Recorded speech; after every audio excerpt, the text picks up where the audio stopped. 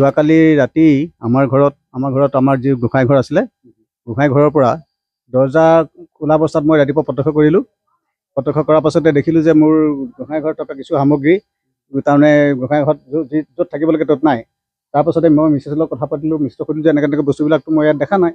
তেওঁ কৈছে তাত থাকিব লাগে, কেলৈ নাথাকিব? মই বোলো নহয়, নাই চোৱা। তাৰপাছত দেখিলোঁ প্ৰথমতে মই যিযোৰ বৰতাল বুলি কয়, সেই বৰতালযোৰ তাৰমানে দেখিলোঁ বৰতালযোৰ নাই। মই ভাবিছোঁ সিমানতে বৰতালযোৰ নিলে চাগে। তাৰপাছত দেখিলোঁ এপদপদকৈ তাৰমানে আমাৰ যিখন ডাঙৰ এগছি চাকি বন্তি জ্বলোৱা হেৰি থাকে, বন্তি গছ নাই, পেট্ৰলৰ বন্তি সেই গছ। তাৰপাছতে এখন শৰাই নাই।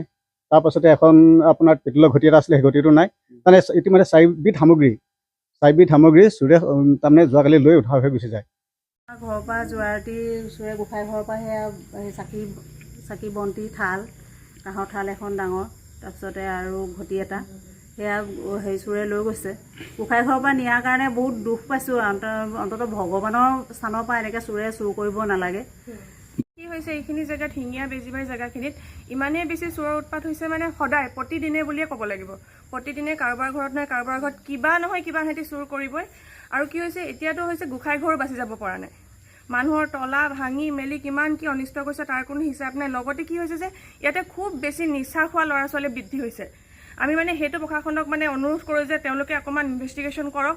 লগতে নৱনিৰ্বাচিত আমাৰ MLA ছাৰ ঋষিৰাজ ছাৰক, আচলতে ঋষিৰাজ দাদা বুলিয়ে কওঁ, তেওঁ যিহেতু চবকে বাই ভনী বুলিয়ে কয়, তো ঋষিৰাজ দাদালৈ এটা আমাৰ অনুৰোধ, তেওঁ যাতে আমাৰ এইখিনি জেগাখিনি অকণমান চায়। কাৰণ মানুহৰ মানে থাকিবলৈ ভয় লগা হৈছে। মানুহে মানে এঘণ্টাৰ কাৰণে ঘৰখন তলা মাৰি যাবলৈ ভয় কৰে যে কিবা হ'ব, ক'ৰবালৈ যাবলৈ ভয়, মানে ইমানেই চোৰৰ